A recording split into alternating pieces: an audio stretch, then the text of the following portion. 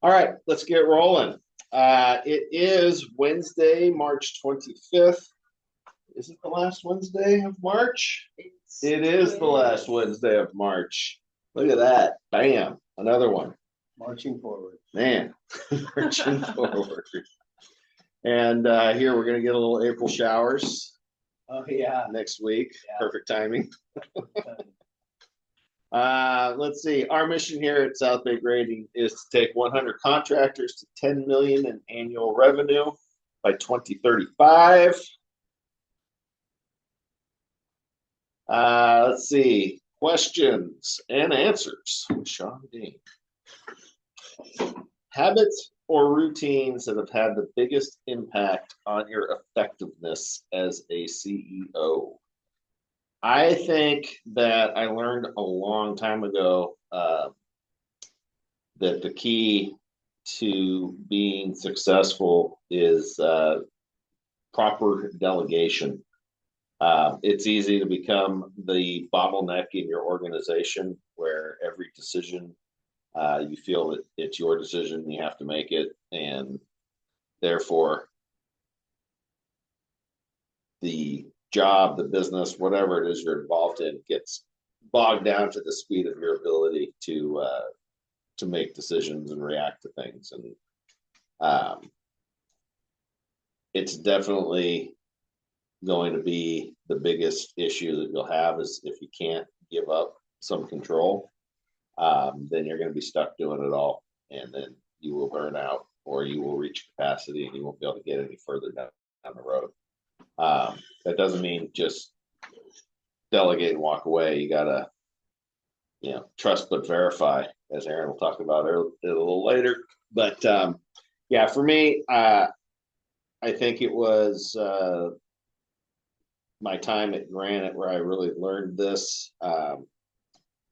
And I had a epiphany one day that, even if somebody was only doing half or 3/4 of what I could do myself, adding 2 people would either double my productivity or maybe even triple it, depending on what else I could be focused on. So don't be afraid to get help. That's the big thing when you're trying to grow is you're only going to grow as fast as you allow other people to come in and help you out.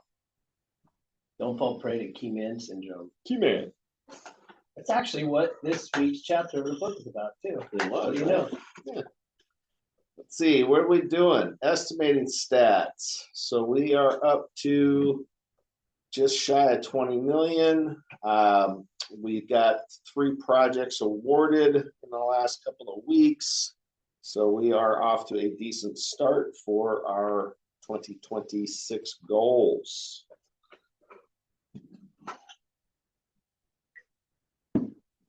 We got a lot of work in the queue here for our estimators this week. So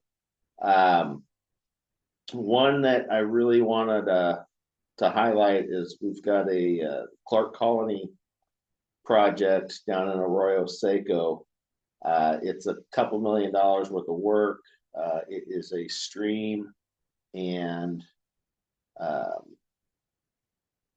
what's the word I'm looking for? It's like a fish retention pond kind of thing. Anyways, it's for the trout.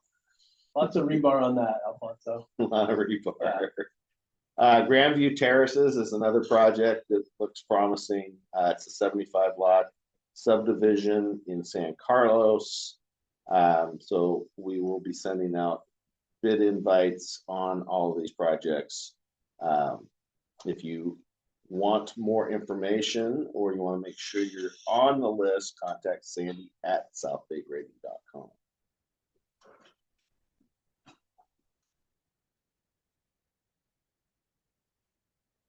All right, in progress this week, we have UC Davis Equine Center. Finally got it cleaned up, subgrade passed, and we are rocking out. We will have this thing rocked out and be putting up edging for paving next week. So hopefully this little rainstorm we got coming doesn't wipe us out.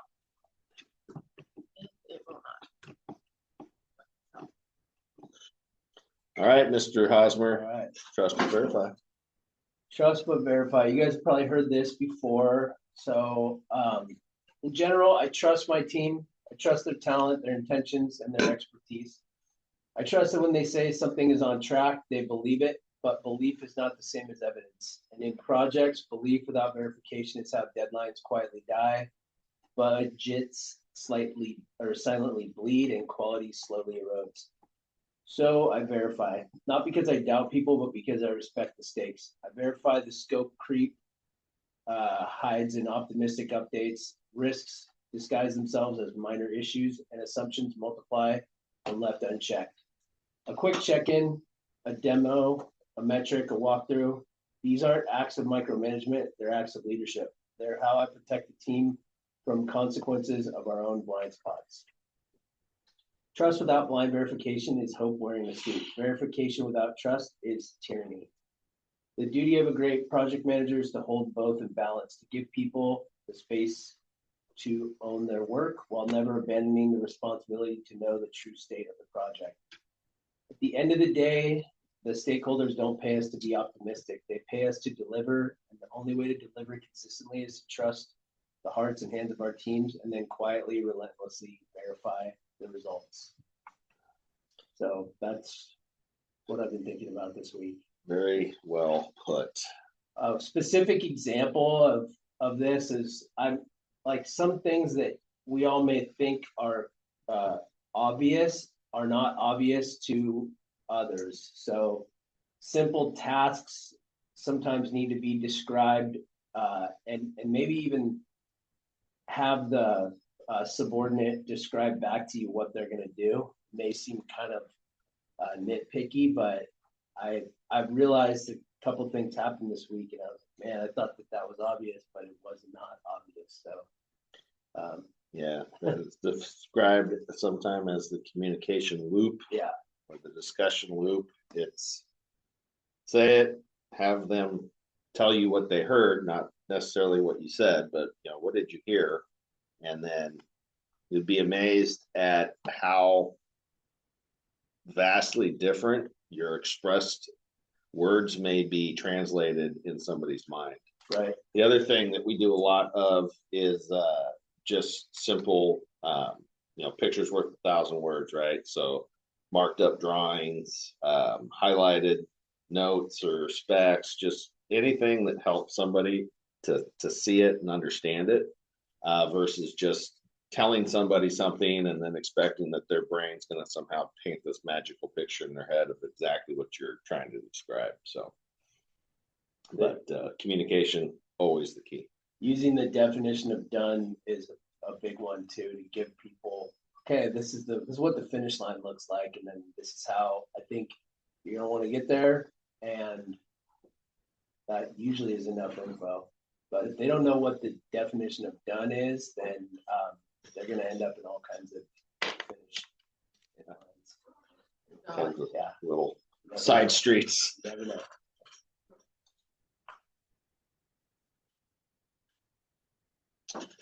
Right, neighborhood hands. Big turnout on Saturday. Next event is April 4th, 7:30 over at Guadalupe Gardens. As always, there's 0 barriers to entry. If you'd like to know more, you can get a hold of Sandy at southbigrading.com, or even better, just show up. There are about 70 volunteers that show up to help put on the event. They would be happy to share with you their experiences, what they do, and if you would like to help out, there are plenty of things that need to get done. So love to have you out there.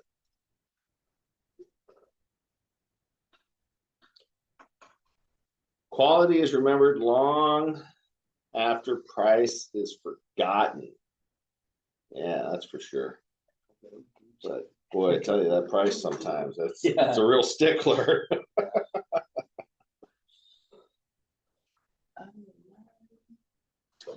So as you guys, hear us say a lot in here, collaboration is a new currency.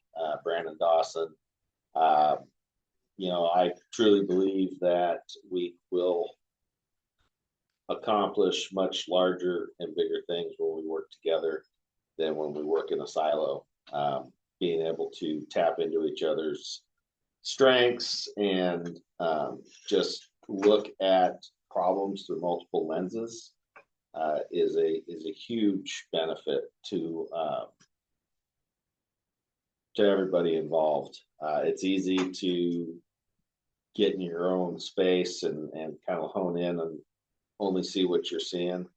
But when you work with other people, you can build bigger, better, faster, and stronger. So that's what we are here to do.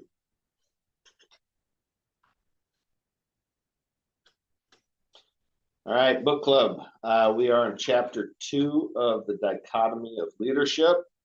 And a lot of what we just talked about is covered in this chapter. The right way to delegate, trust but verify, all of those things were covered in this chapter. Smothering. Yeah. I have to do it all. Yeah.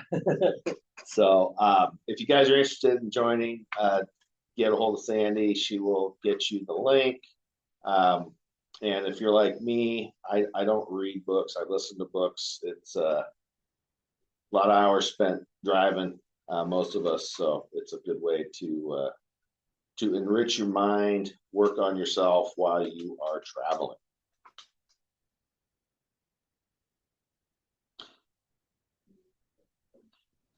Forgot to share this out.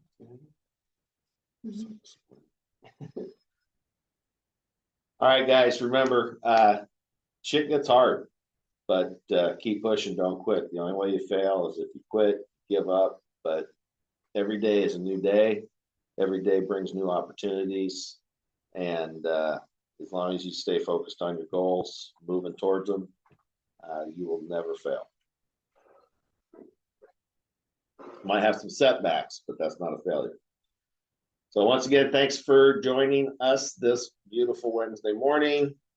And with that, anybody have any updates, anything they want to add before we wrap it up? CJ has his hand up. Right on, CJ. What's happening, bud? Hey everybody, hey Sean. I just as you guys are going over your metrics and everything and your KPIs, obviously the KPIs and the metrics for what I'm doing are far different. But I am very proud to say that Hammerloop has now reached 1,000 profiles created on our platform. Nice. And about between 825 to 850 are workers, construction workers, looking for work. And we're kind of starting to onboard the contractors now and show them. It's a little bit of a challenge because I've never heard of anything like Hammerloop. And when we actually approach someone and say, hey, look, you're scaling up and you're looking for workers, it's literally this easy and it's free and it's risk-free. It's almost like there's got to be a catch, and then they turn their head. And so using this fraternity here and taking advantage of this awesome group that I love so much, any help pushing Hammerloop, the newness of what it is, letting other contractors know about how easy it is to find workers. We are starting our campaign, and we truly believe that there is not actually a construction labor shortage, that there is actually a transparency and visibility problem. And that's what we're kind of leading our social media campaign, going after the workers. The amount of competent construction workers that signed up on our platform and how quickly they did it, we are going to challenge this narrative. We truly think that there's a visibility problem, and that's the real issue.